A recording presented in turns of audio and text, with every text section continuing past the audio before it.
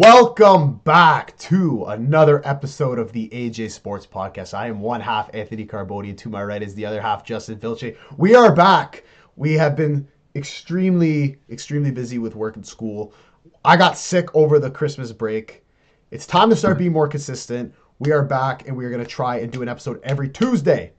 That's the goal. A lot has happened. A lot has happened in the National Hockey League over the past month. We are over halfway done already. Meanwhile, we just did our live stream on Toronto-Montreal Game 1 when it was a 1-0 shutout win. And now we're already mid to late January. So, yeah, we got lots to talk about. But first, we got to say what's up to the boy Justin. How are you, man? I'm good. Everything's good. You know, we haven't done one in a while, so pretty hype about this. But, you know, let's get it rolling, bro. Like we got so much to talk about. Oh my goodness, bro. We're gonna go. We are here. The goal is to go through specifically NHL, the divisions right now, and look at the state of each team, because there are some teams I really want to discuss, and some teams, I mean, we don't really need to talk about. But I want to go through the Pacific Division first and talk about these teams that are probably not going to make playoffs. The Sharks, the Ducks, the Kraken. They're not looking so hot. You know, all of them on losing streaks, except for Seattle. They did win yesterday, but I don't know. Do you see any of these teams really competing for a spot for the wild card? Or, I mean, they're ways a bit back, especially the Sharks, but they're rebuilding. So, but like, what do you think of those three teams before we move on to the one team I really want to talk about? Sharks already out of it. Kraken, mediocre. I tell you, bro. When you look up mediocre on Google, you see the Seattle Kraken. Those guys are not it. Don't have depth scoring. Kind of just trouble everywhere. Like they're kind of just mid. So yeah, Kraken we will not see you in April. No. And then the Ducks.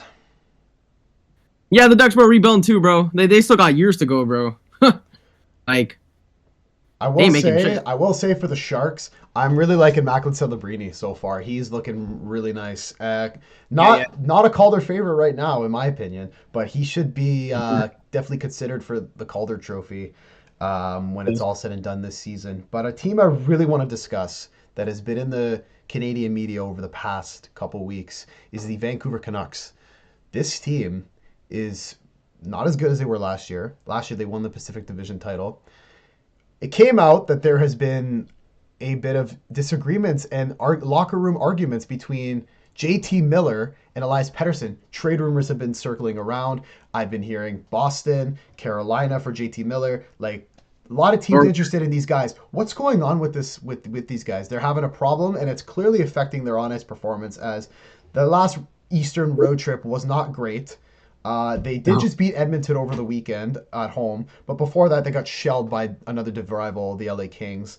What do you think of the Canucks? Like, first of all, what do you think of the situation overall? How is it affecting the team? And which one of them should go, or should both go, or should both stay? What do you think so far of this Vancouver Canucks disaster going on right now? I'm gonna be absolutely shameless here. I'm absolutely loving this because I'm so sick and tired of Canucks fans, right? Like remember last year, bro, first place in the Pacific, bro, fluke season, bro, and I loved how they thought that they were gonna make the Final Four. They were all this, all that, bro. Real hockey fans knew you guys were not it, bro. Okay, and look at this year, you guys are struggling in the locker room, you guys are struggling on home ice, you guys are trash. Okay, look, JT Miller, I am most certain he is a locker room issue. I don't think it's Pettersson, because I think we've seen this in the past with JT Miller where he's been shipped out because of reasons like this. You could just tell that something is off, and this has been happening for a while now. Like, there's been reports from like months ago that Miller and Pettersson did not get along, and now it's spoiling over on the ice. Because remember, bro, these guys also don't like play with each other. Like they don't pass, so I don't know what it is. Canucks fans are not happy with Miller's play. Him back checking is not good. He doesn't back check. He just looks lazy and doesn't really care to be on the ice, it looks like. And Pettersson, again, ever since he signed that contract, he has not been consistent, and he has not been his older self before his contract extension. So Canucks fans are also not happy with him either. I think, personally, I'm going to be honest, when Pettersson was playing well this season, that was because JT Miller was out. We can see the stats. When JT Miller was not playing, Elias Pettersson was heating up. I do personally believe JT Miller is the reason as to why this is happening, and I think he is the reason to be, that should go. Other than Elias Pettersson, I don't think trading both of them works because come on, bro. Like you also need forwards. Like who are you gonna have? Connor Garland and Jake DeBrusk. Jake DeBrusk and Brock Besser? Like no, like it's not gonna work. So I personally believe JT Miller is the issue, and I think him going to Carolina, I've heard Carolina, I've heard the Rangers, I've heard Boston, just one of those teams as far away as the Canucks possible. I think that would work for all parties. Yeah, the one thing I want to talk about is who I feel bad for in this situation. Pasha on Spin Chicklets mentioned that Quinn Hughes like doesn't deserve this at all. He's putting up like close to a Hart season as a defenseman for the Vancouver Canucks. He even with the injury he has on his wrist, he's still consistently putting up points and scoring goals. Rick Tocchet as well. Rick Tocchet comes in 2 seasons ago after Bruce Boudreau had the team in shambles. He comes in, he gets them on a positive record to finish the that regular season. He comes into his first full season and wins the Pacific Division title. All of a sudden now, basically the same team with a little bit of switching around, adding guys like Danton Heinen and Jake DeBrusk in your forward group, and they've looked terrible at times, especially on this Eastern road trip. They lost to Florida, they lost to Tampa, they lost to Washington. They did beat the Leafs, but then they go to Montreal. They lose to Montreal as well. So they have not been the team that we saw last year. The fans of Vancouver are witnessing such a disaster of a team this year, especially what they came from last year, winning the title. The goaltending has been, I don't know. Demko comes back. It's been okay. It's been okay. Like Lankinen has been saving them in some cases, especially that game against Toronto. But Demko, man, I don't know if he still has that injury. I've also heard Demko reports that he doesn't want to be in Vancouver anymore. So really? I don't really know what's happening with that. Today. Oh, that's interesting. I don't know, but he has not been great since coming back from injury. I don't know if he's dealing with the injury still, like if he still has it. But I don't know. Vancouver, man, it's really tough. Now, if I'm looking correctly at the stats, yeah, I'm looking here. They are 1 point behind Calgary for that wild card spot.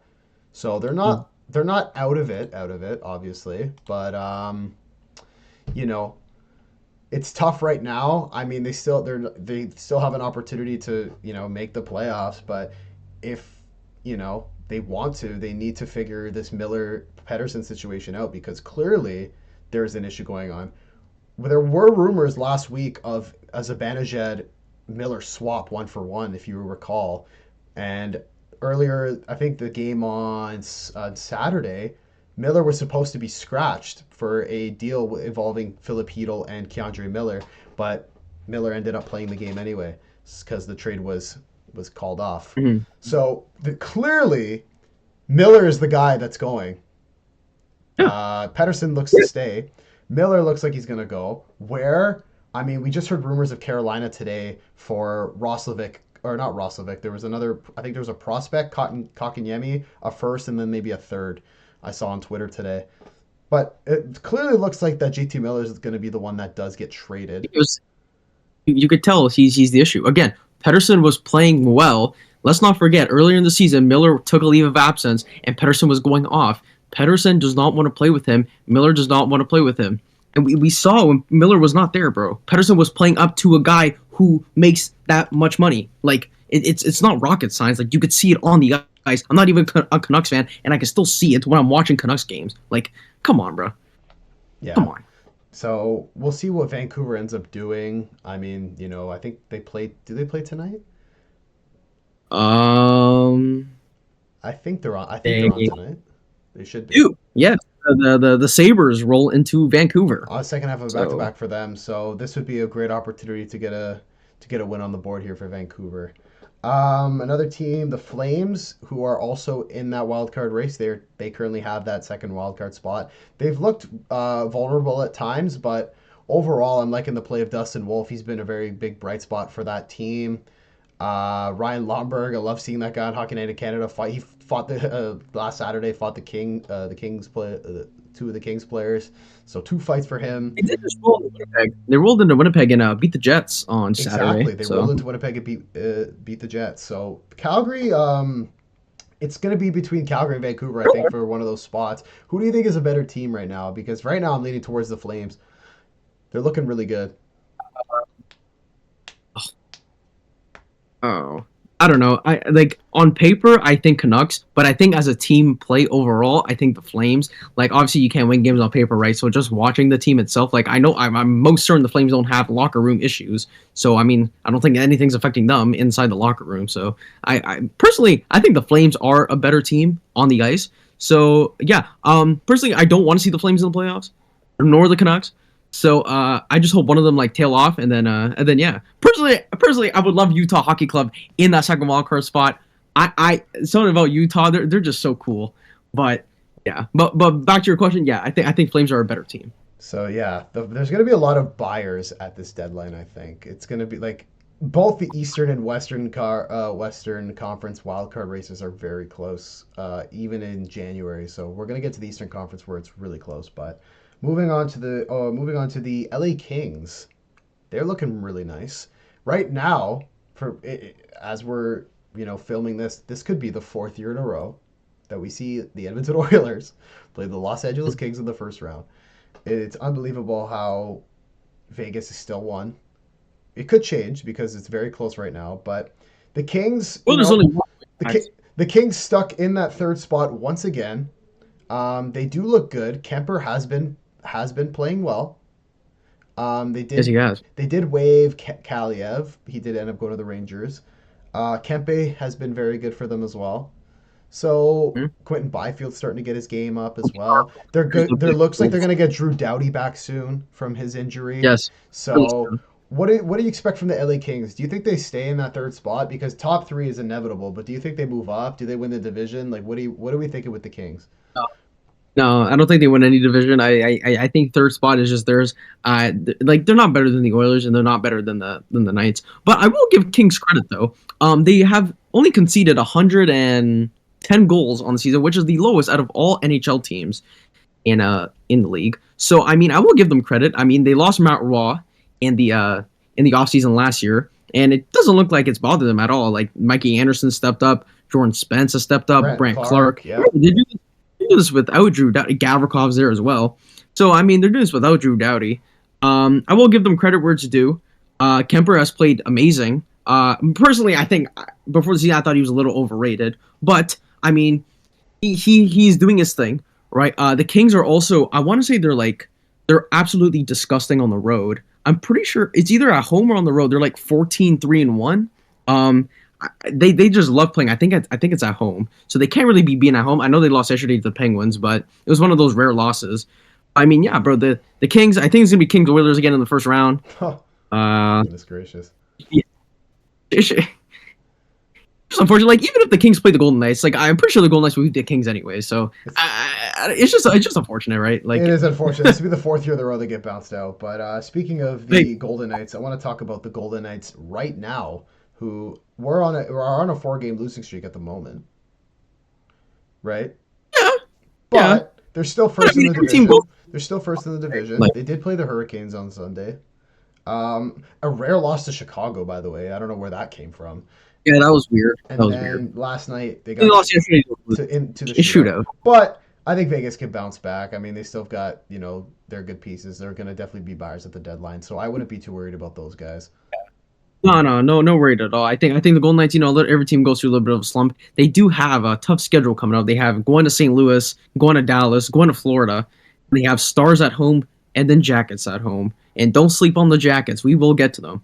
So that's a tough little stretch there. But Golden Knights will be fine. Like every team goes through this, right? Like it's whatever. Who do you think was the Pacific? Who do you think was the Pacific? Okay. Because I don't want to see Oilers Kings first round. I think Edmonton wins the division finally, and we get that inevitable Vegas LA matchup in the first round. I would love to see that. That would be amazing. But I think Edmonton gets that first spot. Now we're gonna talk about Edmonton because on Saturday on Saturday, Connor McDavid elbows. Was it Connor Garland? Who did he elbow? Yeah, it was. Yeah, it was. And the game previous against the Minnesota Wild, he was questioned for being allowed to elbow Matt Zuccarello, which he did last game in that game as well. Hmm. So he does it again, gets away with it with no penalty on the play, and turns out he's suspended for 3 games. There was a hearing, and last night there was an announcement that McDavid would be suspended 3 games. Especially terrible for me because I'm playing you in fantasy, so my best player is out all week.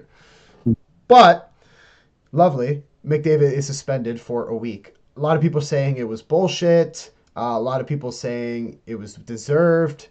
What do you think, Justin? Should McDavid have gotten that suspension? Because I get stars want to defend themselves, but you can't do certain things to protect yourself, if that makes sense, without getting fined. Just because you're the best player or one of the best players doesn't mean there's consequences for your actions.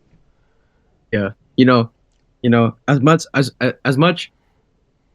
as I love Twitter, I absolutely despise Edmonton Oilers fans, and you know what, I absolutely love watching Edmonton Oilers fans cry and moan and whine about Connor McDavid. Oh, he's suspended. Bro, he almost killed the guy and took off his neck. Did you not see the cross check? He literally cross checked him in the face. Like, you cannot do that, bro. So, yes, a 3-game suspension honestly should have been 5, to be honest. Because, bro, he could have injured him. He could have gone a concussion. He could have cut his neck. He could have done anything, bro. That could have been even worse. Okay? So, 3 games, honestly, personally, 3 games is a little light. What do you think he should have gotten then?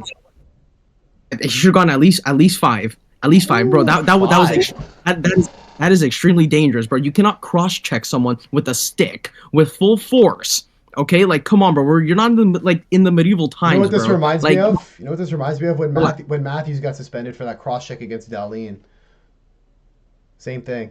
Oh, yeah. It reminds me of the same thing. But yeah, I think its suspension is warranted. Even if you're like one of the best players, you still can't do certain things. Now I understand that McDavid Hold on, one sec. Also, yes, I understand what Connor Garland did was wrong, right? But again, you could still McDavid could still stand up for himself without doing that. Like, that's not the solution, right? Like, come on, you're McDavid. You are the second best player in the league. You obviously know, like, you can't do that, bro. But he proceeds to still do it. Yeah, you should get a suspension, 100%. Yeah, because like he knows better. He knows better, and he didn't even appeal the suspension either today as well. Because he knows. Because he knows. He knows. And good. I hope he sits on the bench, and I hope the Edmonton Oilers lose the next 3 games starting tonight against the Washington Capitals. I hope so, because I cannot stand the Edmonton Oilers. And good. I hope he should have gone 5. You know what? He should have gone the rest of the season. Honestly, he should have been expelled. Okay, all right, man. This guy's a certified McDavid hater. Unbelievable. Yeah, it is. Oh, look, he's got his McKinnon Avs jersey too. He knows. I mean, McKinnon right now should win the MVP, but look at this guy. This is the boy. Man's been telling me for years, bro. Oh, McKinnon, this he's not as good, bro. I'm tired. Okay. I'm tired. Who's first in points right now? It is. I also said it's McKinnon has been better this season, so I can't even deny it. McKinnon's the best player right now. The suspension, yeah, fair. Can't do that. Can't cross check and elbow people and all that in the face. Especially not now with today's NHL. Maybe you could have gotten away with it back in the 80s and 90s, but now they're obviously going to crack down on that because we don't want to see star players getting hurt. I understand McDavid is defending himself, but at this point, you cannot be cross-checking anybody in the face with that the malicious intent that was there for. I mean, you cannot deny it. You can't say it was an accident. I think a suspension is fair, and it sends a message to the league that, hey, even if you are a top player in the league and you do something stupid, you are still going to receive discipline for stupid actions like that. I think this is 3 games is the right amount. It's a whole week for the Oilers. Think so? I think 3 games. Yeah, he's out the whole week, and like I said, it'll send a message across the league to other players like, hey, you guys gotta you guys can defend yourselves, but you can't go to that extent of injuring or threatening someone's, especially the head and neck area. Life. Very sensitive areas, Life. right? So we don't want to see any of that. Yeah. So I think 3 games is fair. And I mean, we'll see what the Oilers do tonight. That means Draisaitl's going to have to lead charge against the Eastern Conference. I guess the first place in the Eastern Conference, Washington Capitals, who we're going to discuss later, who I didn't think were going to make playoffs or even compete for a wildcard spot in our predictions video. But we will talk about them in a little bit. Let's go to the Central Division. Preds and Blackhawks still shit. Chicago, they got to win against Vegas. They did lose to overtime against the Hurricanes. Bertuzzi has 17 goals, by the way, which I found out was pretty interesting. So Bedard's been playmaker now? Question mark. What's that? All of a sudden, Bedard's playmaker now. All of a sudden, like he's like what? Yeah, he's not scoring goals. So he's not scoring goals. Guy. Yeah, okay. I don't know what's been going on with Bedard. He hasn't been himself. I don't think. It's just. I don't know. With Chicago, they're just, they were exactly where we expected them to be, at the bottom of the barrel, looking for another prospect. In the basement. Looking for lottery. That is right. Yeah. Yes. Predators. Yeah. What did I say at the beginning of the year? I said they were going to win the division, and I was dead wrong. You know what? It is okay, because we will go to the Eastern Conference and we'll talk about a certain team. But it's okay. Predators, those guys are trash. It's so weird. Like, I don't know, man. Like, how do you just sign all these guys and then you just do that, right? Like, come on, bro. You guys are 16, 22, and 7, bro. Pretty much 16 wins, 29 losses. And you guys, like, what are y'all doing, man? I think Trotz. I think if they're like completely like out of it by the trade deadline, it's a fire sale over in Nashville. Rebuilding is going to happen. Like Stamkos might get traded. Like they might trade their guys that they just got and rebuild, because like it's not looking good. So no, yeah, it's tough for Nashville. Teams I have in the potential to make playoffs. The Utah and St. Louis. I want to talk about those guys. Utah. Are playing pretty decent. They just beat the Jets at home last night. Schmaltzy Keller duo came into play, and they beat the Winnipeg Jets. In what their coach, and for what the Winnipeg Jets coach, I think is Dave. Is it Dave Lowry? I think it's Dave Lowry. Or no, someone else. I forget the coach's name. No. But he said it was a horseshit performance, quote unquote. It was horseshit. So Utah, they're competing for that wild card spot. I think they're only like 3 points back. They're pretty close. They are currently 4 points back. 4 points out back of the Flames. From the Flames for the spot. Right now, Utah Hockey Club playoff bound. You see Clayton Keller with that bruised eye that he took a puck to the face. 12 stitches. Wow, unbelievable. Came back and they won the Utah Hockey Club. They're gonna make it because first year in Utah, they're gonna do it, bro. Utah, bro. Logan Cooley, X Factor. Hello, he has like 42 points in like 46 games or something. He's been on an absolute tear. Okay, as of late, him, Keller, Barrett Haynes stepping on, Doan Mans, he's been hot. Yep. So yeah, he's been on fire. And Josh Doan, right? And like, bro, they've been getting decent defending as well, bro. Like Sergachev, Olimata has been like decent. Kesselring is there. Yeah, I was gonna say he's been pretty good for them. Bro, Utah, bro, like they're vibe, bro. They're just a vibe team, bro. And once like, they get a proper logo and a team name, they're gonna look really nice. Oh, I'm copping a Keller, bro. St. Louis Blues got a big win in Vegas last night. They're also competing for that wildcard spot. I think they're tied, or if not, they're up by 1 or 2 points on the Utah, getting close to that wildcard position as well. The Blues are always a team that are just on the bubble. They're right there, but sometimes they're not. They're just right there. They haven't made playoffs since 2022. So something like that. That was recent. A team that I really have no interest in, to be honest. One of the more boring teams, I would say, in the league. I can't lie. Even in my opinion, I don't really care for the Blues, but they could make playoffs. Right now, that first wildcard spot, 4th division spot, is held by your Colorado Avalanche, who have been really good since they started off. What did they start at? They were really bad at the beginning of the year. They were like 0-4. They were winless in like their first 8 games, and all of a sudden they're 28, 19, and 1. You see, Mackenzie Blackwood, you're an absolute gem and absolute beaut. All of a sudden, he's come to Colorado. Goaltending problems have been fixed. He has like a 925 save percentage. Oh my goodness. Nathan MacKinnon proven. Did you see him absolutely undress Evan Bouchard last week? Oh my goodness, he was absolutely sensational. He's been sensational all year. Cale Makar doing Cale Makar things. Mikko Rantanen doing Mikko Rantanen. The Moose is on the loose, right? And they're getting healthy now. Drouin's back. Nichushkin's coming back soon.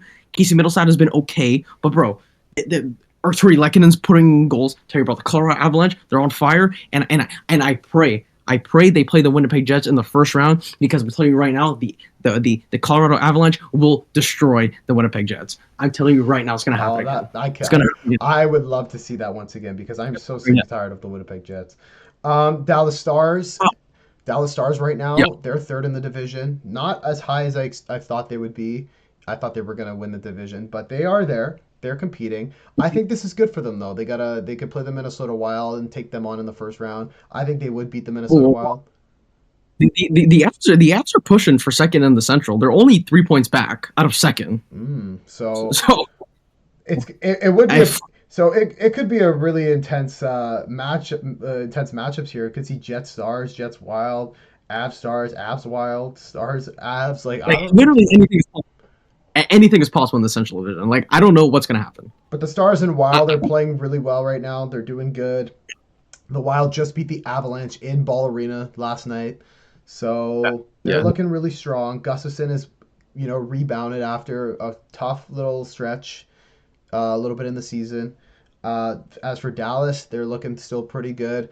I want to talk about a fraud that we might have to add to the fraud watch list, and that is Jason Robertson. What's going on with him? That guy was at 40, like he was a 40 goal scorer. He was a couple of years ago. A couple of years, 2021, 2022. This is now the second season. Now the second season in a row he has struggled. And I don't know what is happening. Yeah, I mean, I don't know. Guys like Matt Duchene, who are signed for 3-point-something mil, are outscoring him. Wyatt Johnston, Logan Stankoven, guys like that are just outperforming. Probably should be their best player, especially because of what he's paid for. Yeah, and another guy, Rupe Hintz. I don't know what has happened. Their top line. But I'm still shocked. Like, there's really no explanation for Rupe Hintz. Remember, a couple of years ago, Rupe Hintz was like almost a point per game, and now he's not putting up anything. J-Rob has been on a heater, sort of. He has 2, 5, 6, 7, 8 points in like 5 games, so he's kind of heating up. How many goals? But still, only have 42 points. How many goals does he have? He has 15, which is not good for J-Rob standards. That is not good. Halfway through, he should have over 20. Yeah, he should 100%. However, I'm talking, but I don't know. Maybe it's just a depth thing. Maybe it could just be us. Maybe the Stars coach is like, "Yo, we already have so much depth that like you guys can like be more defensive, while our depth guys can also score more, right? So you guys just worry about maybe a little bit more defense, while the other guys will also chip in with their goals. It could be like that, right? It's also because a lot of top teams are looking at their top lines, trying to shut those guys down. And it's just, with all the depth Dallas have, they're just getting all the scoring done. Could have beat the Habs, though. What? I said could have beat the Habs at home, though, obviously, because of one man and one man. Yeah. But we'll talk about that soon. But, the Stars are fortunate to be in the position they are without the production of 2 of their best players. We talked about the Wild already. No. I wouldn't say they're fortunate. Because it's not that they're not scoring and the whole team is not scoring. It's that they're not scoring, but their second line is contributing, third line is contributing. So I wouldn't say they're fortunate. They're still playing a team game, and they're still getting good goaltending from Otter, okay, and good defense. It's just imagine with the proper point production Hintz and Robertson would be at, or if they were at the proper point production they should be at, where would they be now in the standings? Probably first in the Central, I'd say, because those guys are huge pieces for that Dallas Stars team, especially, because they want to progress. They've lost in the conference final 2 years in a row. So they're looking to go to the cup final and win the Stanley Cup. Like, the window's starting to close. It's starting to close. Or so slightly. Just like another team we're going to talk about. Lastly, first place still in the Central Division. One of my least favorite teams, one of Justin's least favorite teams, the fraud squad, as we like to call them, the Winnipeg Jets. What do we think of the Winnipeg Jets? No, Hellebuck likely cruising to his second straight Vezina in a row. yeah. What do you think of the team? Scheifele Connor duo is lighting it up right now. What do you think? I'm not gonna say I don't want to speak on this team. I don't really like to give them much energy. All I'm gonna say is first round exit. First round exit is the what? The one word or two words to describe Winnipeg for Justin. Yeah, I mean they're cooking right now. I'd say so. They're doing good. However, the Central Division is tough. I think if they play any of either the Wild, the Stars, or Avs, they would lose because they're frauds. Ehlers' production has dropped a bit. Cole Perfetti, a guy that has been talked about as one of the Jets' nice bright spots, has not been good. They're literally getting all their scoring done from Kyle Connor and Mark Scheifele. That has been pretty much the entire Winnipeg Jets season, on top of Hellebuck making saves and Josh Morrissey playing defense. The rest of the team, after the Scheifele line and maybe the Niederreiter line, I'm sorry, it's just not. I just don't think it's that good. I think they're just riding the hot hand. Like, they're just riding a hot hand right now. I really don't think they're that good of a team. And we said this last month when we looked at their lineup. We said, yeah, they're hot, but that's only because of their top line. When you actually look at their third and fourth line, bro, it's a whole bunch of nobodies, bro. I'm telling you, go look at the lineup now. It's a whole bunch of literally no names. Even the defense, bro. They're literally just writing Josh Morrissey. It's like, bro, give the man a break, bro. Yeah. And Neil Pionk, give the man a break, bro. Other than that, bro, they're being saved by Connor Hellebuck, and you see what happens when they don't get saved by Connor Hellebuck? They lose to the Flames. Exactly. So just imagine in a playoff setting back at Ball Arena, where they basically lost both home games to the Avalanche, and then on top of that, you could play the Stars. Okay, another team that looks to go for the cup. The Minnesota Wild, who are also a team that is worth watching out for. Who are still doing well without Kirill Kaprizov, by the way. Kaprizov's been out for 3 weeks, and they are still doing what they're doing. So I hope Jets fans know that they will not do a single thing in the playoffs, and I will be there to watch it. I will be there on the downfall. Now, I'm tired. If they do win the Western Conference, they would play the second wild card spot, and that would be the Flames to get a Canadian matchup in the first round. Do you still think the Calgary Flames or Vancouver Canucks would beat the Winnipeg Jets in a best of 7? We won't speak about that. We won't speak about that. Interesting. We won't speak. Interesting. So you're hoping that Winnipeg plays fucking Colorado? Yeah. Okay. I'm praying. Okay, because we don't want to answer that question. All right. I see. I see how it is. Okay. You're not answering that question. The Metro. We're going to move to the Eastern Conference and talk about the Metropolitan Division first. A team that is so garbage. Okay. So garbage. Yeah. The New York Islanders. Oh my goodness! Did you see Matt Barzal yesterday mouthing that this place is empty. This place is empty. UBS Arena is empty. It's on the bench, literally caught on the microphone, him saying that. Even though they did beat the Jackets, great. The Islanders are last in the Metropolitan Division. Did anybody have that? I didn't have that. They've been fucking garbage. Sorokin, I don't know what to say. Oh no! I don't know what to say about Sorokin anymore. Horvat has been playing okay. Barzal has been playing okay. Anders Lee has probably been their best player over the past couple weeks.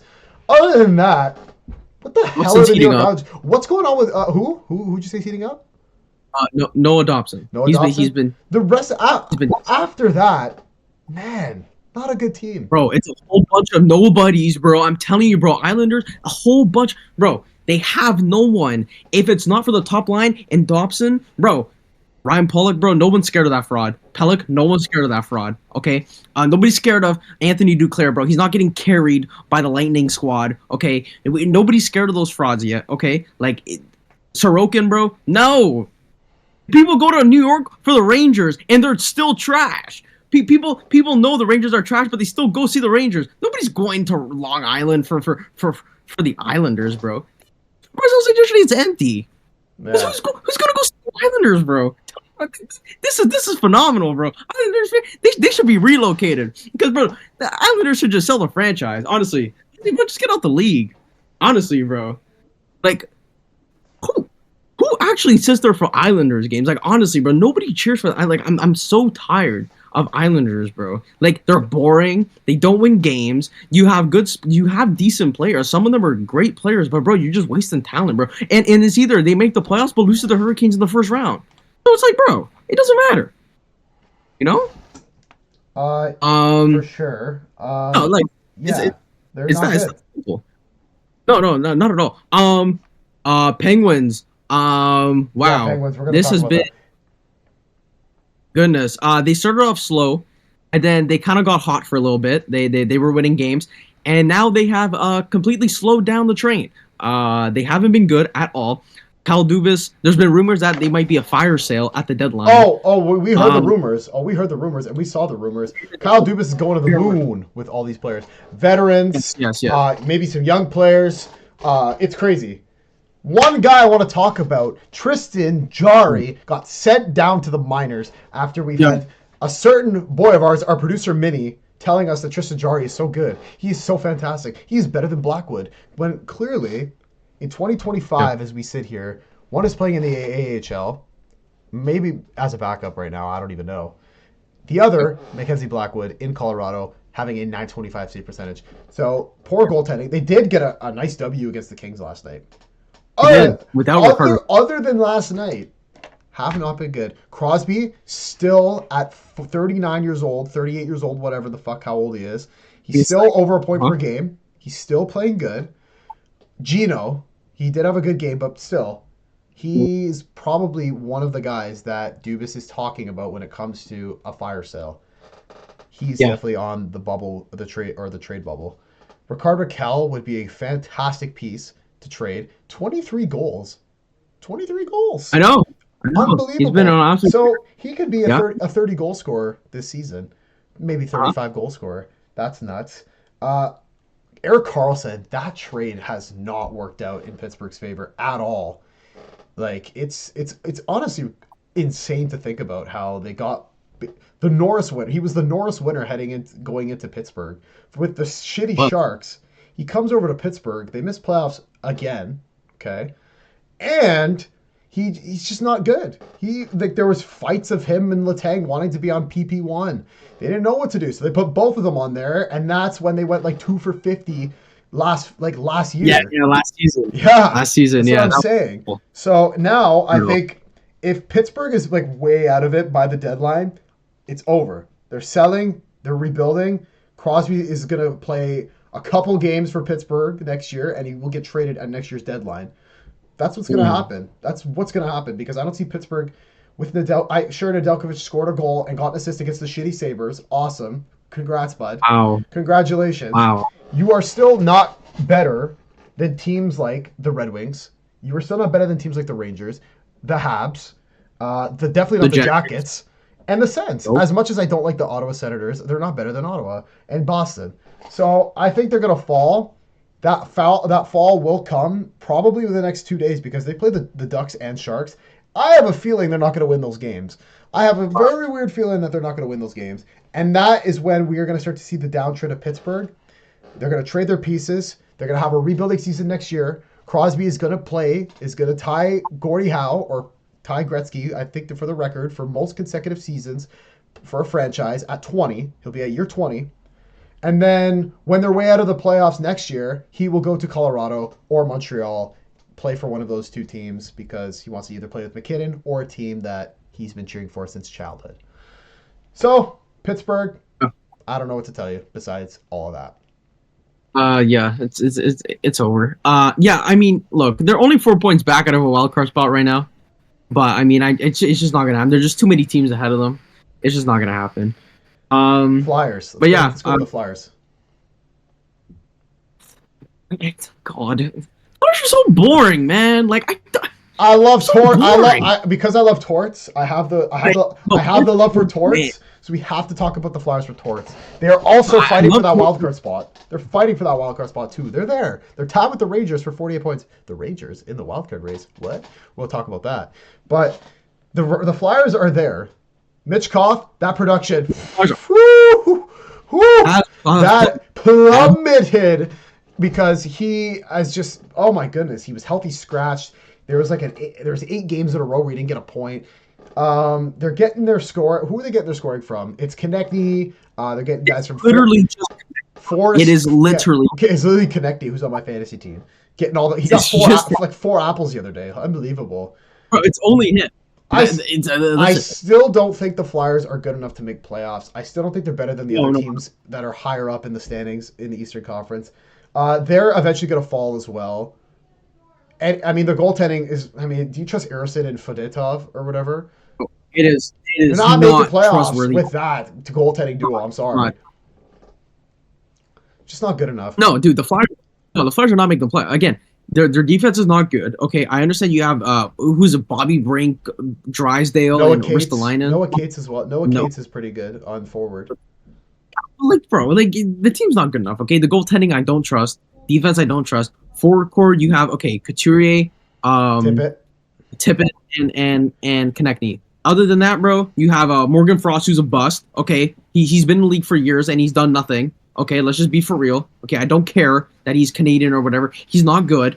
Okay, you have Forster, who's been okay, and other than that, and Mitchkov, who was healthy scratch and was on like a 10-game point streak, and then went to an 8-game drought, and he's been not great ever since. So again, they are inconsistent, don't have great goaltending, don't have great defense, and mediocre offense, and it's not going to get you a playoff spot. So the Flyers, I feel bad for Torts. He's trying his best, but it's just not going to work. Last year was their best opportunity, and they messed it up with like a week to go in the season, and they will not make the playoffs this year. Tough on their end because they were close last year, but anyways, the Rangers just tied for them, just ahead of them for trying to compete for that wildcard spot, who have not been good. Oh my goodness. Wow. Since we went to go watch them absolutely outplay the Maple Leafs and Shesterkin robbing Tavares in the crease, we saw that live. Ever since that game, I don't know what the fuck has happened to the New York Rangers. Like, this team could very much not make playoffs this year, and it's actually crazy to think about. You said it best last 2 months ago when we were talking about they're starting to struggle. It's that center depth that was going to bite them. Zibanejad has not been good. He has not been good. He's never been a point per game. He just hasn't been good enough. He hasn't been scoring. Trocheck, same thing. If both your top centers are struggling, you're not going to score. Panarin, I haven't heard much of Panarin.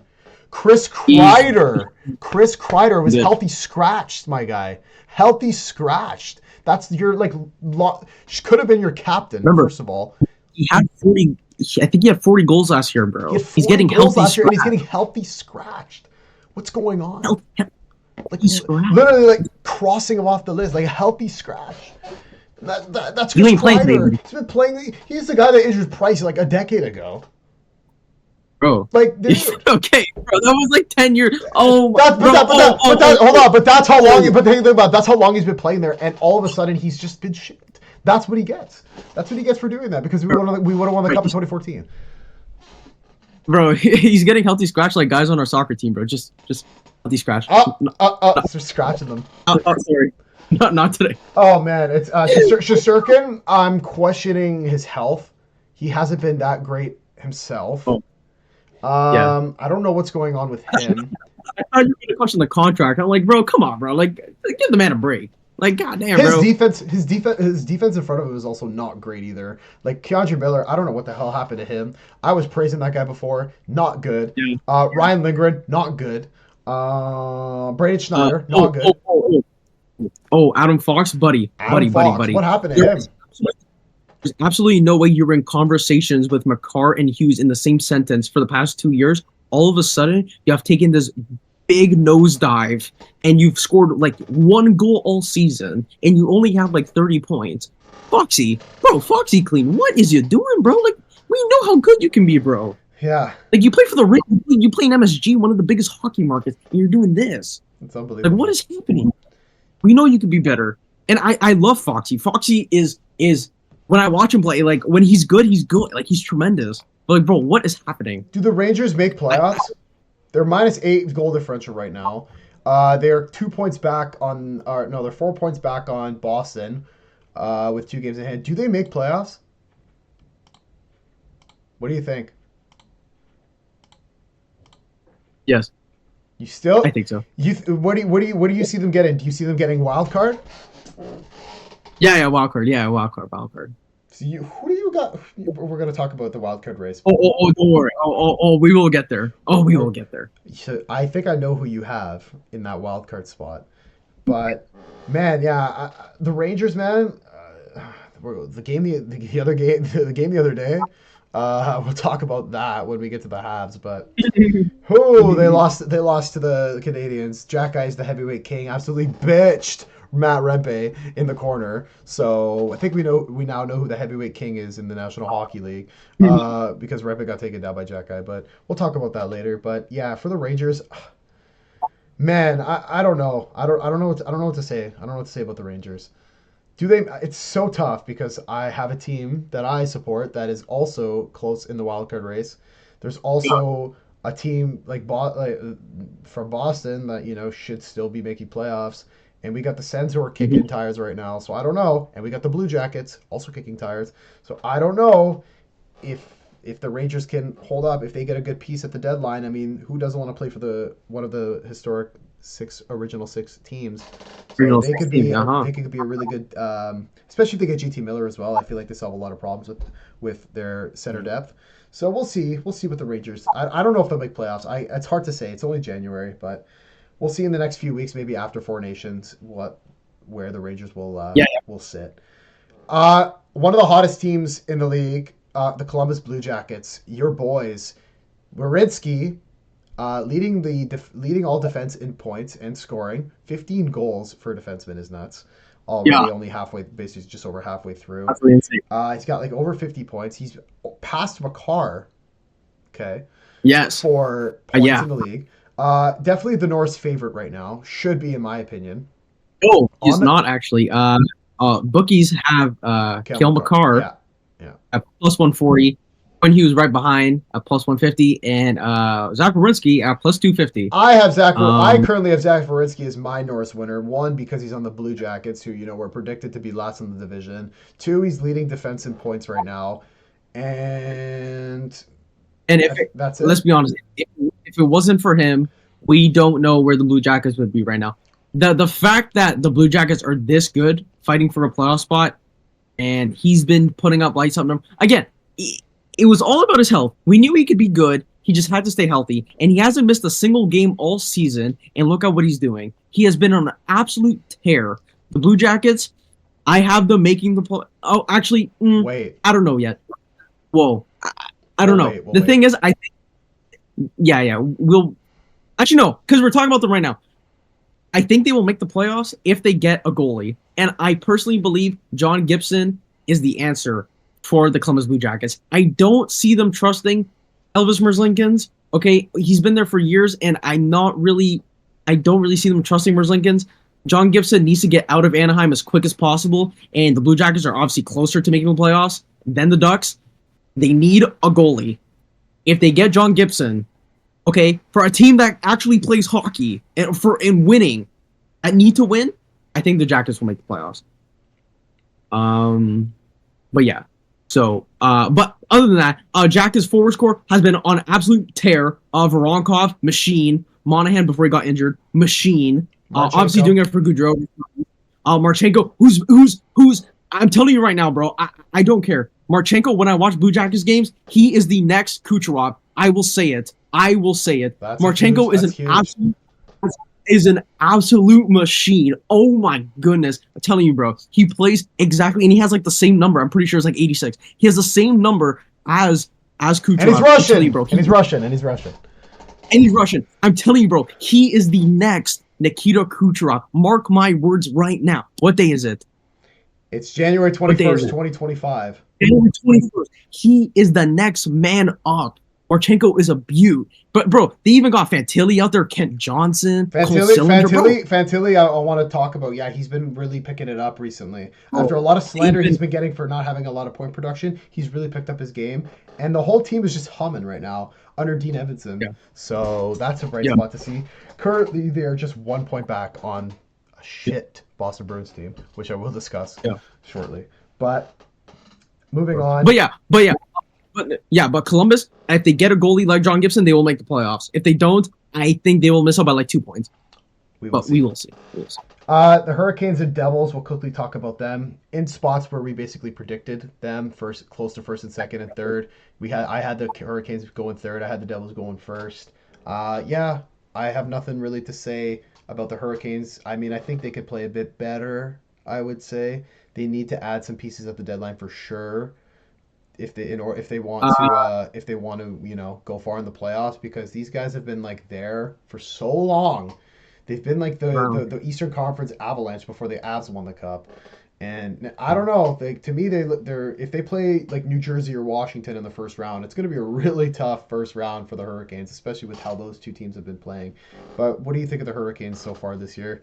I don't know. I don't really know what the Hurricanes need. Like they have defense. They have Chatfield, Gostisbehere, Burns, Orlov. They pretty much have like a good defense. What about goaltending? Something I'm still sold on. I like Kochetkov, and Freddie Anderson is back and healthy. Freddie Anderson did start his first game yesterday from injury, and they won. So I'm still like I like Kochetkov. Like Kochetkov, even if Freddie Anderson gets hurt again, which might happen, Kochetkov can still be that guy. So it's fine. Forward core, they just need more from Svechnikov. Like and Jarvie. Like Natchez has slowed down from his tear to start the season. Like he was just on fire, but he has slowed down. But has been good. Yeah, they need production from Jarvie and the Svech. That's where they need to continue that. Svech has not been his old self, which we know he can be his old self, where he's putting up points like a point per game pretty much. And Jarvie, like we know Jarvie can be good. He just has a down year so far, and I personally believe he's still better than Natchez. Like I know Natchez has had a great season, but I personally believe Jarvie is still better than Natchez. So as long as Jarvie can be his old self, like how he did last year and the year before, and Svechnikov can do his thing, then I honestly believe that the Hurricanes don't really need to add much. Like I don't really know what they need, honestly. Like, how about your boys, the New Jersey Devils, Sheldon Keefe's boys? My boys, whoa! These guys are not my boys. Whoa, I know. Whoa. I know they're not your boys, but they're Sheldon Keefe's boys, who they're doing pretty well. They are dwindling. They have not been good recently. Oh yes. You know who they haven't been good against? The Leafs. Yeah, they are 0-3. 0-3. Sheldon Keefe has not beaten his former team at all this season. No, has not. Issues. I've watched Devils games and they have issues. Goal scoring issues is with that team. They have goal scoring issues is crazy. Jack Hughes. Do you want to see their games? Do you want to see their games? No, I believe you. I know they haven't been good. They haven't been scoring goals. Sure, they put up 3 against the Leafs. Sure. Jack Hughes could be better. Here. Let's look. Tell me. Hold on. Let me tell you. Okay. So dating back to December 28th. Okay. Almost a month. Yeah, 3 weeks ago. Lost 5-2 to the Canes. So they scored 2 goals. Okay. At Anaheim, lost 3-2, scored 2 goals. Okay. At Kings, lost 3-0, scored 0. Okay. So that's 4 goals in 3 games. Okay. At Sharks, lost 3-2. Okay, so again, 2 goals, right? At Kraken, won 3-2. Okay, they scored 3 goals. At Rangers, lost 3-2. Another 2 goals. Against the Lightning, won 3-2. Against the Panthers, lost 2-1. Against the Leafs, lost 4-3. Against the Flyers, lost 3-1. Against the Sens, lost 2-1. So they have not scored over 4 goals in a month in a game. They have not scored over 4 goals in a month, dating back to December 27th when they won 4-2. That is a concerning problem. It's been a month and you have not scored 4 goals in a game. Especially with the offensive weapons you have, like Jesper Bratt and Jack Hughes on that team. And Nico Hischier as well. That they are having scoring issues. Now, I wonder where this is coming from. Could this be injuries lurking? I don't know. Could this be Sheldon Keefe trying to play more of a defensive style game? But knowing Sheldon Keefe's history, defense doesn't matter as long as you have the offense to score for. Give up 3 goals to score 4 goals. That's Sheldon Keefe. We've witnessed that with the Toronto Maple Leafs over the past couple years, almost decade, of Sheldon Keefe being with the Toronto Maple Leafs. It's the same thing with the New Jersey Devils. Goaltending, Allen starting games hasn't been great. Markstrom has been very shaky at times. We've witnessed in games against the Sharks. The Leaf game, for instance, he let in that Matthews rocket where Matthews had like none of that net, and he still scored. Markstrom, I think, should have had that because it was, short side, basically covering all the net. Like, you got to save that. So, goaltending, I don't know. I mean, I think obviously that could bounce back. Defensively, I mean, considering they're getting outscored in like a good amount of games. Their defense is not as good as we thought. I mean, guys like what's her name? Brett Pesce is playing okay. Kovacevic as well. But Luke Hughes, I want to see more from Luke Hughes because he's supposed to. His point production needs to go up. Maybe that bottom 6 as well, like in that forward group as well, has not provided the depth as we would imagine. Like you've seen that the scoring has been mostly from those top guys. So I want to see more from that bottom 6. And it's a typical Sheldon Keefe team, man. They rely so much on offense, and when their offense isn't going, they lose games. And clearly that's what we're seeing now. So unless they don't get the offense humming, they're probably going to finish second or third. Maybe I don't even know. Maybe wild card. I doubt it. But second or third for sure in that division. If this continues, I still think they have a great opportunity to win the division. But yeah, I don't know with New Jersey. You did mention it's concerning their lack of scoring. And I would have to agree because a lot of teams score more than 3 goals in a good amount of games, especially when you have a high offensive, unit in the New Jersey Devils with Jack Hughes, Hischier, and Bratt. Yeah, like now, I don't think their defense has been bad. They've only conceded 4 goals once in the past month. So I don't think it's that. It's just, bro, losing tight games. Losing tight games. Yeah, which is still no excuse, right? You obviously got to win some of those. But again, the fact that you have a top 10 player, maybe I'm pushing it, maybe top 15 player Jack Hughes, and then you have guys surrounding him who can score goals. Again, Timo Meier, I don't know what has happened since his Shark days, but oh my goodness, he has been absolutely nowhere. He's been ghosting. He's been running. I don't know. He's doing cardio sessions every night. It's like, bro, the whole point is to get the puck in the back of the net, bro. And all of a sudden, he's forgotten how to do that. I don't know what has happened. It's not good at all. It's kind of just been. It's just head scratching. Like once they get their goal scoring back, then they'll be fine. But it's been a month, and I know Devils fans are probably a little concerned because they're losing games, and yeah, they're not going to win the division. I'm telling you this right now. They're like 9 points behind. 9 points. The Capitals have just been on an absolute tear. 9 points actually. Yeah, and the Capitals have 3 games in hand. So we're going to talk about the Capitals right now. Likely Eastern Conference champions. Also, I don't see them stopping.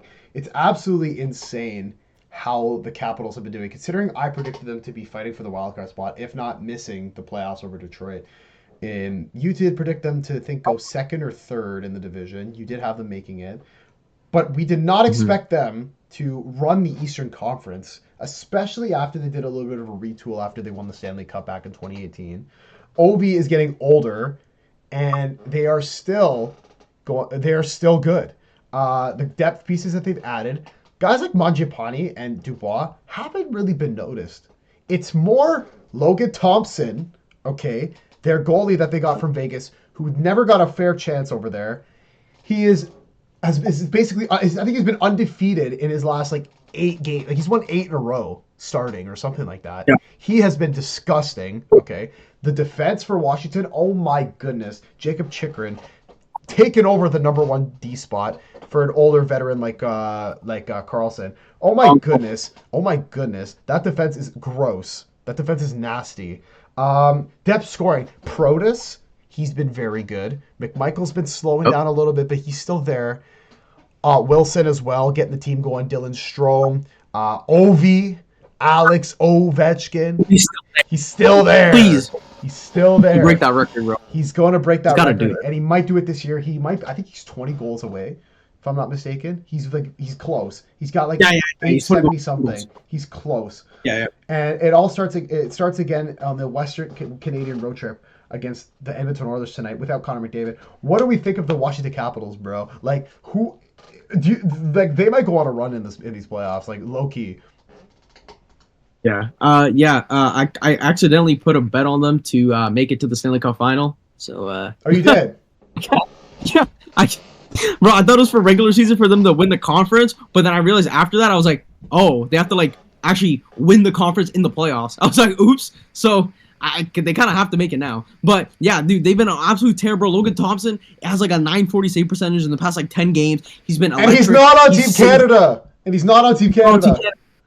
For some fraud that we will talk about later. But anyway, he's been lights out. Okay, and bro, dude, I don't have many words to say about. They kind of left me. They left me speechless here, bro. Like there's nothing to say bad upon, like, other than they've been absolutely great. The timeshare between Thompson and Lindgren has been good. Lindgren has went down. Thompson is getting more starts.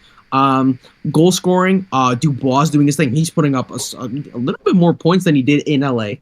Again, but yeah, what you said earlier, like Protas, McMichael, Wilson, Dylan Strome, without Oshie, everyone. There's no Oshie there either. So imagine when Oshie comes back.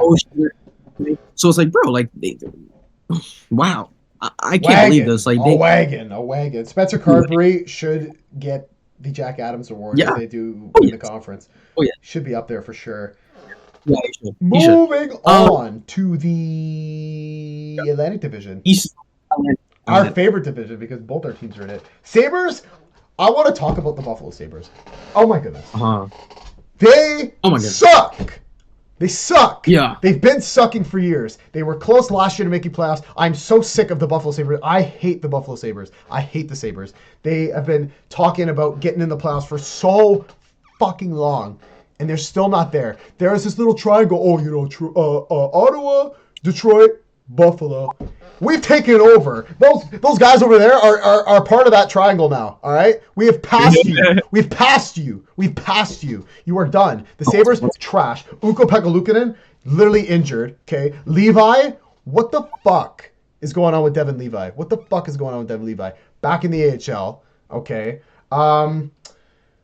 To Alex Tuch, he's probably like one of their only guys playing right now. Tage Thompson as well. Tage Thompson is playing pretty decent. The defense, I don't know. They're just giving up fucking goals constantly. Not great. Depth, not good. No. Jack Quinn, not good. Dylan Cousins might get shipped out. Oh. You know who's fraud? Oh my goodness. You know who's fraud? Who? Oh, bro. JJ Peterka. Bro, every time I watch Sabres games, it's literally 15 minutes of cardio sessions. He's there skating, has the puck, does nothing. You want to talk about a guy who does nothing? Peterka is one of the biggest frauds I've seen in my life. Every time he gets the puck, he's scared. What are you doing, bro? Last in the conference with 39 points, 11 points behind Ottawa, Montreal, Detroit, all the teams that are fighting for a playoff spot. Oh my goodness, this is supposed to be the year where Buffalo takes that step and potentially makes playoffs. How have they taken a step back? They fired Dom Granado last year. They go get Lindy Ruff for his second run, and they're fucking shit. They lost yesterday to the Kraken. They're now playing the Canucks in the second half of a back-to-back. And Luukkonen is still injured, I think. So who's... Oh, he's back. He's playing tonight. He's back tonight, okay. Yeah. But still... Oh my goodness, man. What the hell do you do with that Buffalo Sabres franchise? Sabres fans have been suffering for years. For a decade. For a decade they've been suffering. For longer. The last time they made playoffs was 2011 or 2010. Yeah. I don't even remember. Like, dude, I was a Leaf fan at that time. What the fuck? It's been that long. So what the fuck? Still are. Shut up. But fuck, man, Buffalo sucks. Holy shit, man! What the fuck does Buffalo have to do? It's actually it's so embarrassing that they might have to go into another rebuild. Oh my god, what? What do we got? What do you have to say about the shitty Sabres? Oh my goodness. Oh yeah. I mean, it's sad. It's really sad, dude. We were 7. The last time they made playoffs. Hold on.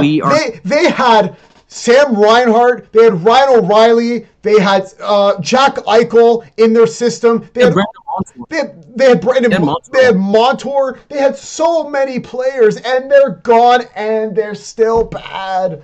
Oh my God. They had Ryan O'Reilly, they're still bad. They had Evander Kane, oh my God. They're so fucking shit. I know. Yeah, the last time they made playoffs, we were 7. We are going to be 21.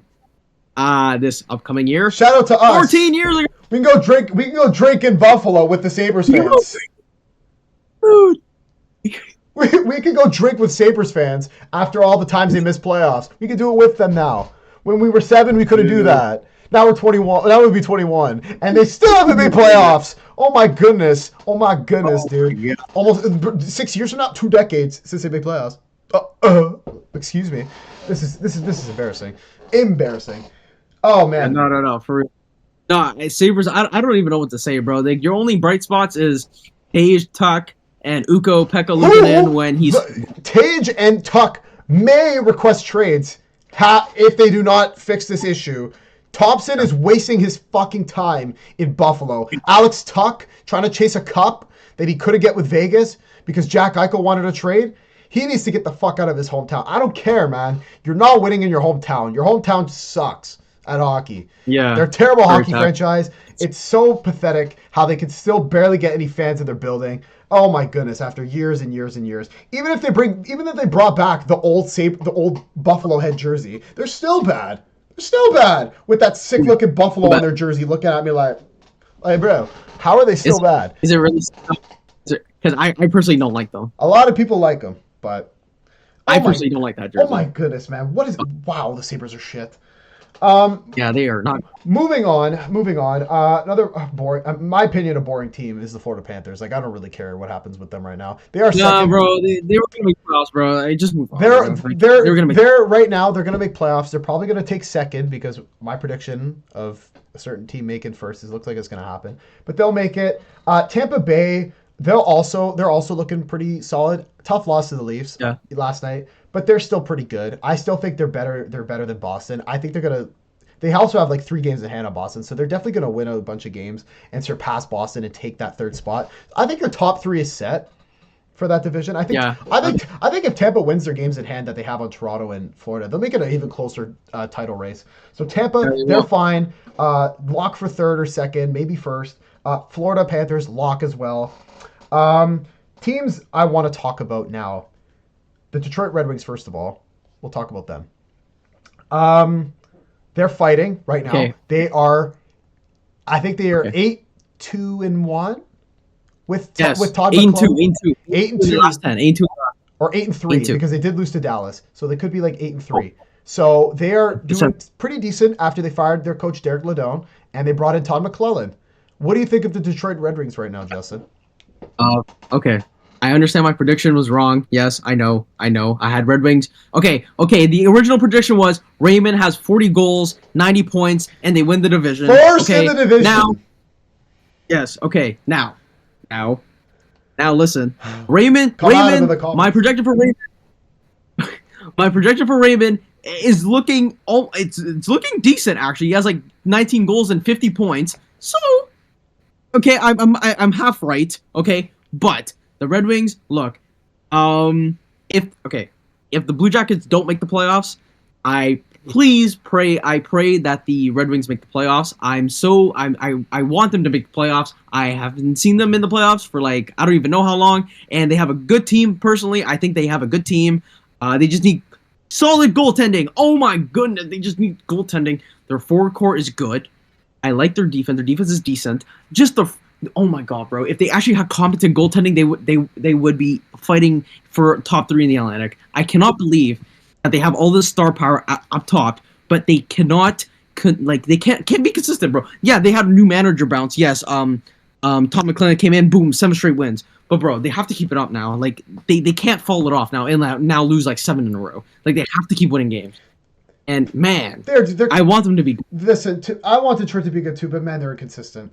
Oh my goodness. One game they'll win like 6-2, the next they'll get like absolutely smacked. This past weekend wasn't 5-0. Good because they did play in a back-to-back. They played Tampa, lost 5-1, and they lost to Dallas in Dallas 4-1.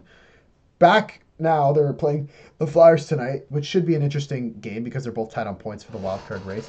But man, you're so right about the goaltending though. Alex Lyon will like win a game and then he'll just give up like 5 fucking goals. Cam Talbot, same thing. To me, if they don't adjust the goaltending situation and really think, can we make playoffs with one of these guys? But also, it's the forwards too. Like one night, like for the longest time, DeBrincat was on the fantasy market on our fantasy market because he was so shit. All of a sudden, he just randomly scores like 2 goals and gets 2 apples in a game. Literally the day I drop him, by the way, in fantasy. So it doesn't make any sense. They need to be consistent because you cannot go like on a stretch of having no points and then you just go off for like 1 or 2 games and then just it's not going to work. Your top guys need to be consistent. DeBrincat is not a consistent player. Patty Kane, he's hot, but he hasn't been consistent. Larkin also isn't consistent. Raymond has been probably their best player. So consistent all year. Depth scoring, they're getting some of that from Tarasenko. Compher is playing pretty decent. Kopp as well. Man, do I think they're a better team than the Rangers though? Do I think they're a better team than the Bruins? I don't know, man. I really don't. It's so tough to call because goaltending is almost like literally your bread and butter. Like you gotta have a decent goalie at least. Lyon is not that guy. Okay, Lyon is not that guy. Talbot is too old.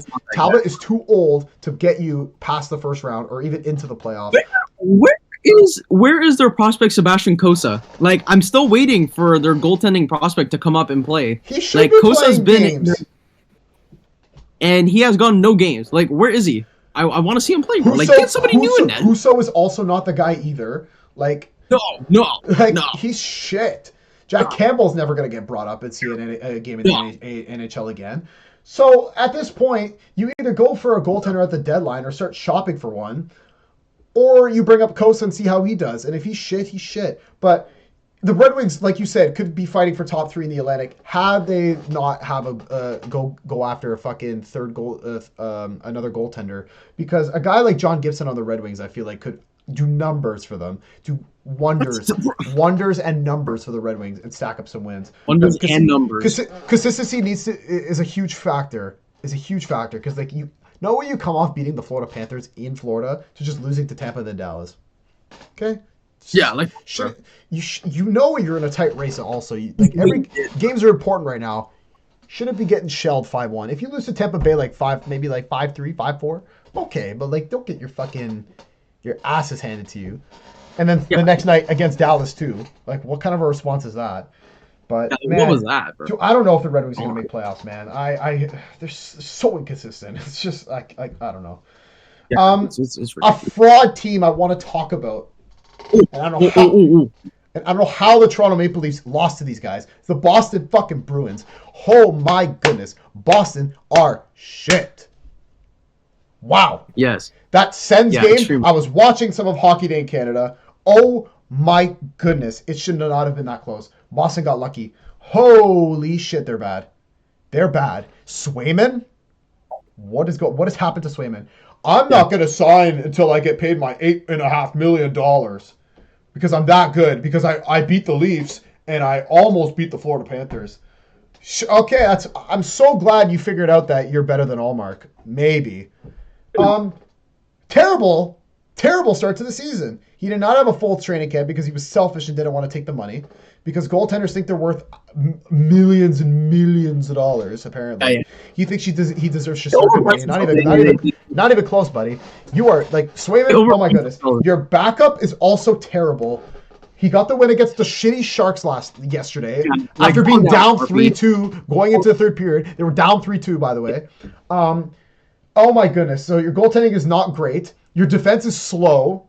Where is Charlie McAvoy? Where is Charlie McAvoy? He's been injured. But even before that, the point production, trash. Yeah. $9.5 million for that guy. Zadorov, nothing. Zadorov's been nowhere. Dude, the only guy on that defense core is Mason Lowry. Other than that, nothing. I don't know anybody else on that defense core, bro. McAvoy's injured. Zadorov. Anybody else, bro? I'm like, who is this? Who? As for even the forward core, Pasternak, bro. Pasternak, Marchand, Zacha. I'm like, who is? Who are these wingers? Who are these wingers, man? Who is playing for the Bruins? Brazo? Like, oh my goodness, man! The Boston Bruins might be like so bad. Neighbor or something. I'm like, yo, like who is this? Somebody that I know, bro? Like, I don't know. Like what? Like, who? What? Who's like, playing for Boston? Who's scoring goals? Who's on the fourth line for Boston? I don't have a clue. I really don't know. I can't even name you anybody on the fourth line. I don't know. I really don't know. Oh my goodness. Who's even on the fourth line? I don't know. Oh my goodness. Dude, the Bruins, they are in shambles. They're in shambles. Yeah. Oh my goodness, man. They are not a good team. Personally, I don't think they're a good team. Like they are. If not for Pastrnak and Marchand being their best players, oh my goodness, that team could literally be like sixth, seventh in the Atlantic. It's actually bad. Like they're not as good as the standings show. They're not as good as the standings show, and that is the truth. I think the Sens are better. I think the Habs are better. I think the Tampa Bay Lightning are better. I think Florida's better, and I think the Leafs are better. Oh my goodness, Boston is terrible. Yeah. I hope they miss playoffs. Yeah. I hope they miss playoffs. No, if Pastrnak wasn't there, they would have been Nashville Predator territory. Like, dude, they're so... If they do not make playoffs, Don Sweeney is getting fired, okay? Because this is embarrassing. This is embarrassing. This is wow. This is unbelievable. I've never seen the Boston Bruins this bad in my life. I know. I've never seen this. We've always seen them at like top of the Atlantic Division, beating the Maple Leafs in the first round every single time. All of a sudden now they're just so bad, and it's good. It's good. and it is true, and it is absolutely tremendous. I pray for times like this. I am so glad, and I am here for their downfall. I hope next year that they'll come last 32 out of 32 because they deserve this. I'm tired of seeing the Boston Bruins in TD Garden and all these frauds, bro. You know what? And you know what's absolutely so funny, bro? They think that, oh my god, bro, the Boston Bruins are all this, bro. They won a championship, what, 2011, 13, 11, yeah, in Vancouver, bro. What have you done since then? You made it to the finals and choked that, okay? And what have you done since then? Absolutely nothing. All you've done is beat the Leafs. That is what else have they actually done? Nothing. All they've done is literally just beat the Leafs. That's it. They did go to the cup. They did go to the cup final and lost Game 7 at home to Chief. You see what I'm saying? Boston is just not. What have the Bruins done since 2011? Nothing. Literally nothing. Oh. They've choked draft picks. They can't draft. They're signing these ridiculous contracts. Like where's Elias Lindholm now? Nowhere. He's running. Oh my goodness! I forgot about Lindholm. Oh my goodness. Cardio sessions, bro. 20 mintes a game, just skating around. That's it. I'm here. At this point, just hop on the treadmill, buddy. Holy shit. Dude, I'm with you. Dude, come run with me on the treadmill, bro. We could go. Let's go. An hour, 45 minutes. Let's go. We'll do it together. You pay me $6 million to go on the treadmill. How about that, sweetie? $6 million for the treadmill. I'll take 50 G's. Like I'll give me 50 sheets. I'll do it, sweetie. I'll do it for 50 sheets. I will do Elias Lindholm's job for you, bro. Don't worry, bro. I will do it for him. I'll skate around, miss a couple passes, lose a bunch of defensive matchups, and then call it a night. Whatever. Hey, bro, I'm dust, bro. I'll do the same thing as Lindholm. Don't stress. Me and Lindholm will contribute the same amount. We'll both be a minus. How are they getting outplayed by the shitty San Jose Sharks at home for the majority of that game last night? They're so bad. They're so lucky that Marchand is still good, and they're so lucky Pasternak's still good. Other than that, man, the Boston Bruins, the downfall continues as up and coming teams, rebuilding teams are probably going to wipe these guys out of the wild card race. And we are here for it. Next team. We are so. The Ottawa Senators, man. Oh my goodness. We shit talk Ottawa. We do it all the fucking time. They come out this weekend and win back-to-back games. How? They beat the shitty Bruins, okay? Then they go to New Jersey and win 2-1. Levi Marilainen has been the bright spot for Ottawa. They are now holding that first wildcard spot, tied with Columbus, whatever, for 1 and 2 is the wildcard. Dude, I fucking hate Ottawa, man. Brady Tkachuk literally is nowhere to be seen with point production. Where's Brady Tkachuk? Lane Hudson is the same amount of points as Brady Tkachuk. Okay, we'll talk about that. Shane Pinto. I don't know. What parlays or like what? Where are the Ottawa Senators getting the scoring from? Where are they winning these games, man? It's because of this out of nowhere goalie from like I don't even know like Latvia. Like, is he from Latvia? I don't know where he's come from, bro. I'm telling you right now, the Ottawa Senators. I'm not gonna give them too much airtime because I don't like giving teams that I despise airtime.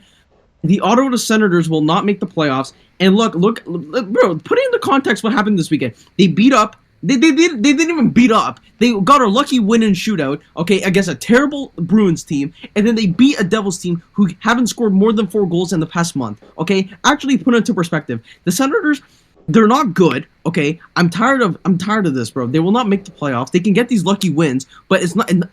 Bro, I don't care. Like, they're not making playoffs. I'm telling you right now, bro, January 21st, the Senators, we will not see them in the middle of April or the end of April when playoffs start. It's not going to happen. Like, Sens fans, and you know what? I hope Sens fans on Twitter continue to get happy because of these lucky wins, because at the end of the season, they're going to be crying like how they've been doing every season. Oh, I hope, I pray that this happens. And Sens fans can keep running up their mouths until the end of the season when they are not in the wild card spot. Okay? So Sens fans, continue to be happy for the next, 2 months, but don't worry, you guys will be let down in the final 2 weeks of the season. Okay? So don't worry. Man, don't worry. I don't understand. They're not good. You're not good. I haven't heard anything about Giroux, Sanderson. Also, where are they getting these wins from? I don't even think they're just coming out of nowhere. I don't understand. Josh Norris maybe has been playing better, sure, but Brady Tkachuk nowhere to be found. Timmy Stu, decent, but definitely not where he could be or where he should be. Man, I don't know how Ottawa's doing it right now, but I think they will see. I mean, they got. I think who did they play today? Did they play tonight or? Yeah. And I hope the Rangers beat them 8-1. Yes, they play the Rangers, so the Rangers looking to bounce back after the overtime loss to the Habs. Oh man, I hate Ottawa. I cannot. Oh my. Let's talk about our teams that just had a very interesting fucking hockey day in Canada. I want to talk about that. Yeah. Do we want to talk about the Habs first or the Leafs first? We'll talk about Fraud Squad first. Let's talk about the Habs. Last we left, they were losing games. They lost to Pittsburgh 9-2. 9-2. Wow. In December. 9-2. Montembeault is third game in 3 months where he's allowed more than 8 fucking goals. 8 goals. 7-2 against the Rangers. Wow. 8-3 against the Kraken. 9-2 against the 2024 at the time Pittsburgh Penguins. 2024 Penguins. Gets announced for Team Canada, by the way. Okay. Can you explain how? When Logan Thompson's there, I genuinely don't know how Montembeault is there. And then, okay, let's start. I said this to you. They played the Sabres. Okay, they played the shitty Sabres. They won 6-1. Yeah. Okay, I said to you, Justin. You remember me saying this to you. This back-to-back against Detroit that weekend was going to determine if the Montreal Canadiens were going to compete for a playoff spot. Yeah. What did they do? They beat Detroit in Detroit. The next night they go to Montreal and beat Detroit in Montreal. Yeah. And what did that start? It started this unbelievable run that the Habs have been going on, which I didn't expect at all. They beat Florida. They beat Tampa. Hold on. Did you expect them to have the most wins since December 28th? No, but we did say when Laine comes back. People on the podcast, we did say this, but before the season started with our predictions, when Laine is there, they will get hot. So which is what they've been doing. Oh my goodness, let's talk. They beat Florida. They beat Tampa. They beat Dallas. They beat Colorado. They beat Vegas. They beat the Rangers last night. They beat Vancouver. Did they beat Washington? They beat Washington. In Washington. They are... Yeah. They were humming. They're humming. Okay? Yeah. They have Lane Hudson, who is tied for points with Brady Tkachuk, by the way, at 38, leading all rookies in points and assists. Yeah. Should be the Calder favorite, in my opinion. Patrick Laine is humming. He's scoring. Nick Suzuki, who a lot of people have been shit-talking for years, saying he's not a number one center. He's not a number one center. He is a number one center on, anywhere from 20th. The team's the 20th in the league, all the way down to the bottom. He should be. He is a number. He is a number one center. He is probably the number one center on the Boston Bruins if he's on the Bruins. Okay. Fair. I will. Yes. Okay. Even in my opinion, even on the Senators, he's a number one center. Yes. I will give you that. Yes, I will give you that. Yes. Okay. Yes. Over a point per game. He has taken over Jason Robertson's fucking title as best Asian in the league. You can't even deny it right now. He is over a point per game. He is playing phenomenal, scoring OT winners constantly. Okay. I'm a bit worried about Cole Caulfield. Just a little bit. I think he could be scoring a bit more. I'm definitely worried about Slavkovsky. He is definitely on the fraud watch list. He has not been. He has not been good. Kirby Dach. Hold on. What? Wait, but that's first overall pick. Yeah, you're right. First overall pick. Yes, man. Yes, I'm worried about him. Matty Nyes has more goals than that fraud. He does. Bro, conversation got to start, bro, about Slav, bro. I'm telling you, bro. I'm not denying it at all. That Slavkovsky has not been great. Kirby Dach, his game has been growing. I'm loving the way he has been playing. Yes. Montembeault, oh my goodness. I don't know. We'll talk about him in a sec. One guy I really like right now. His name is Jakub Dobeš. Now, who is that, you may ask? He's 23 years old from Czech. He gets called up December 27th to go on this Florida road trip and start his NHL debut. Start against the defending Stanley Cup champions, Florida Panthers. Oh my goodness. 1:00 start time on a Saturday. What do I expect? Yeah. I think the Habs are going to get smoked. Whatever. They're going to lose. They shut the fucking Florida Panthers out 4-0. 4-0. They shut out the Panthers. Uh-huh. He proceeds to not play for a whole week and play the Colorado Avalanche at Ball Arena in his second game. He beats Colorado. He beats Nathan McKinnon. He beats Mikko Rantanen in the shootout. He's 2-0. He makes his way over to Washington against the best team in the Eastern Conference, and he beats Washington in overtime. He then goes and plays the Dallas Stars on the road in his fourth game. He gives up 1 goal on 34 shots, and he wins. He's 4-0. And then, 2 days ago, on Sunday, against the New York Rangers, he wins again. His third overtime in a row. Dobeš 5-0 to start the year. The fourth goalie in Canadiens history to do so. He should be the number one goalie for the Habs, because on Saturday, on Hockey Day in Canada, I was watching the game with my girlfriend, who was a big Leafs fan. Okay, the prop might be bigger than you as a Leafs fan, Justin. I'm not gonna lie. She's absolutely insane for this fucking franchise. It's 3-0 Montreal after the first period. I'm there like, yes, this is what I like to see. I am enjoying my time. All of a sudden, Sam Montembeault decides to stop playing hockey. After that, they proceed to allow 7 unanswered goals from the Toronto Maple Leafs, letting Matthews score, Nylander, McMahon, the entire roster. Robertson, bang. Everybody was scoring on Montembeault. And the team just wasn't playing good. But Montembeault, oh my goodness, man. Bobby McMahon on like a partial break with like 2 guys guarding you, defender grabbing the passer. Bobby McMahon picks up a sip and snipes it. Montembeault should have saved that. That's a save right there. Couple other ones. The tip by Robertson was a great tip, I can't lie. The Matthews goal really fucking did it for me too, because that should have been a save, because it was literally off a quick pass at the blue line, goes past Montembeault's pad. That should have been a save. And then the whole team just played like shit. Just play like fucking shit. I had the floor for a while now. Why don't you tell me how you enjoyed that game? Bro, oh my god. Bro, remember, we were planning on going to this game. Oh my goodness. I honestly wish we went. You know how sick that would have been?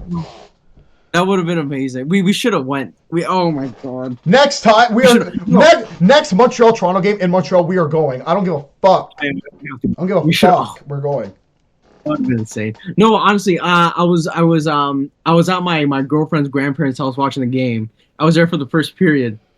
And oh my goodness, bro, like I couldn't believe, and like I swear every time the Leafs are in Montreal, bro, like they always struggle in the first period. I don't know what it is, bro. They can never just wrap their head around being in the Bell Center, and they just like, I don't know if they're intimidated. I don't know if they're like. But they play them so many fucking times.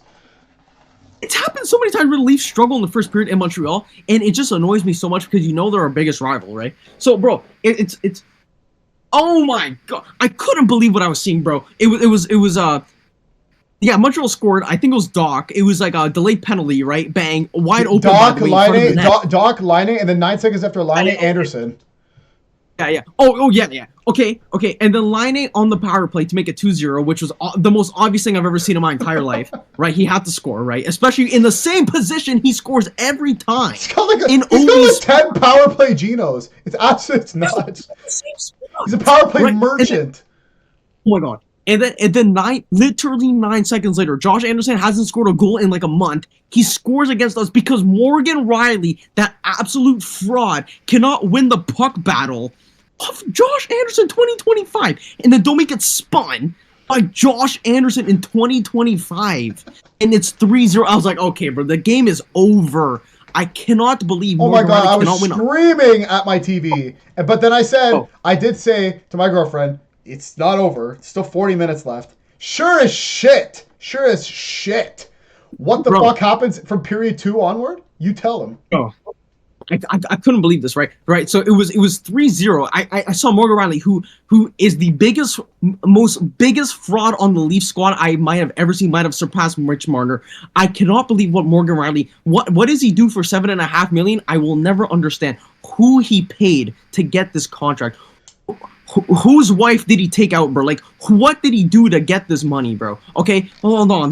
Continue. Okay, I cannot believe every game. I swear, every game, the Leafs are hemmed in their zone. Morgan Rielly is on the ice. He can't quarterback a power play. He gets hemmed in his zone. He loses battles to Josh Anderson. Okay, whatever, right? So it's 3-0, right? And I'm like, oh my god, here we go. We're going to get killed 7-0. Bang, right? Second period, bro. The Habs hit the post. I was like, oh my god, here we go again. Dvorak hit the crossbar. The puck rims around the boards, as the hockey gods would say, and look who gets the puck. Bobby McMatthews on a 2-on-1 with Nylander, and he doesn't pass. He doesn't pass. Goal. I was like, okay, we are so back. We're back, right? So 3-1, right. So I'm like, okay, you know, whatever, right? And then before the period, and second period, right? On freaking a power play. Hello, we are here for the power plays. Big tip, and what a tip! Big tipper and chill. Let's go, boys. 3-2. We are back, right. So 3-2 into the third period, right? I'm like, okay, here we go. It's game time. Right? A minute in, Willie makes Hudson his baby. Just skates by, man. Hudson has nothing to do because he's there holding because he can't defend him. By the way, Hudson was a -5. Hudson cannot do anything to stop the Willie train, and Willie goes in a little fake on that fraud Montembeault because I don't know who Montembeault thinks he is, right? Stealing, absolutely robbing Logan Thompson of a spot in Team Canada, which I hope Montembeault doesn't get a single second for Team Canada, okay? Because he doesn't deserve a second over Benner, and I think it's Aiden Hill, okay? So anyway, right? Willie just absolutely dekes him. Bye-bye, right? 3-3. I'm like, oh my goodness, the way the Habs just choked a 3-0 lead, right? To us, who we choke leads. To a team that chokes leads, right? So whatever, right? 3-3, and then I think it was OEL, I think, who scored. I think the fourth goal. No. It was Matthews. Oh, was it Matthews? No, was it OEL and then Matthews? Did OEL score? Yeah, he scored on the power play in the third period. Oh yeah. Yeah. And then loose on the power play. I'm like, okay, here we go. Our power play's been trash all season, but it's like, okay, here we go. Right. OEL, bang. Right, 4-3. I'm like, oh my god, I'm gonna come back. Right.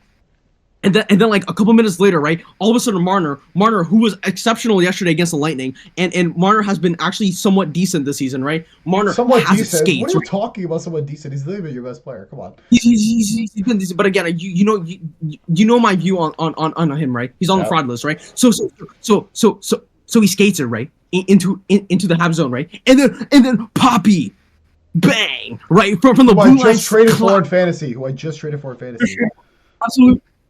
Absolute beaut, right? And Montembeault had no shot, although he did, but Montembeault's fraud. That's why he didn't fucking save it. So Poppy, who my co-host keeps calling fraud, but then trades for him because he's secretly a Leaf and Poppy fan. I'll take Matthews on my team. If you're gonna have like Matthews and McDavid as on your fantasy team as your 1 and 2 center, I'm taking that all day. My co-host has told me that Matthews actually has aura and he actually likes Poppy. So anyway, he calls him fraud, but then likes him still deep down inside because I know my boy like this, right? I know him like that. So he's like, oh my. So Poppy scores right 5-3. I'm like, okay, the game is over now because Habs fans are leaving the building, bro. They're like, I can't believe what I just saw. To a very loud building, a lot of Leaf fans in there, by the way. Tons of Leaf fans. And then it was 5-3. And then somebody scored again 6-3, and then Camp with the empty netter 7-3, bang bang, all done, dusted. Habs going home crying. Habs fans done. Left the 5 minutes before the game even ended because that game was over. Right? Habs didn't score a single goal after the first break. Joseph Woll, absolute my brick wall. What amazing save! Fucking lucky Joseph Woll got after the puck. After he almost misplayed the puck. Hold on, he misplayed the puck.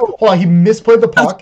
He misplayed the puck, and then the puck slides into the crease and it doesn't go in. I couldn't believe it. That's my boy. I couldn't believe it. My brick wall. Oh my goodness, what a save! Oh my goodness, he kept us in there after the first. He didn't give up. The team didn't give up, and that was a team effort for the final 40 minutes. That was absolutely tremendous. And guess what? The Leafs went back home, a couple days later, and they beat the Tampa Bay Lightning in a huge Atlantic Division matchup. And the Leafs are making me happy again, and we are so back. We are so back. You're likely going to play the wild card one.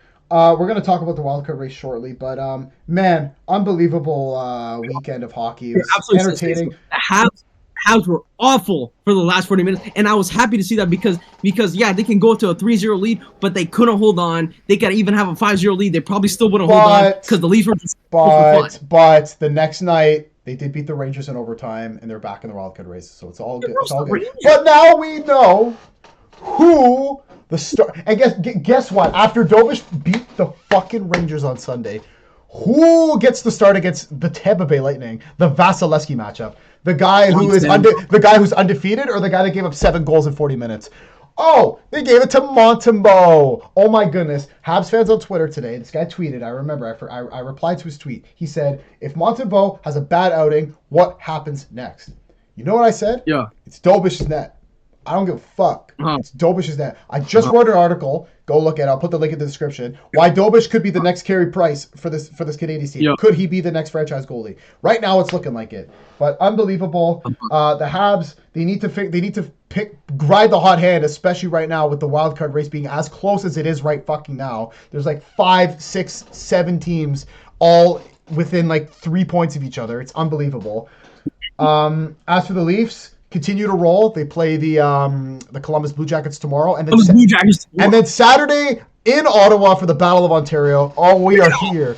We are here for that. I'm excited for that. Oh my god, we're so here. Oh my god, we're gonna kill. Oh my god, we're gonna absolutely demolish. I don't care that the Sens have a good record against us in the past couple of years. We're gonna absolutely show everyone why the Sens are frauds. Oh my goodness, we are so here. We are here. We're so back. Now we're so back. Our final segment before we end off on this amazing almost 140 minute hour 40 minute podcast right here, the wild card race right now.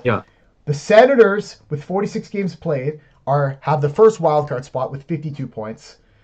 The Boston Bruins have the second wild card spot with 52 points, 48 games played. Columbus Blue Jackets 47 games played, 51 points, 1 point back. Montreal Canadiens 46 games played, 2 points back. The Rangers are 6 points back, and so are the Flyers. And so are the Red Wings. Which teams, Justin, get in?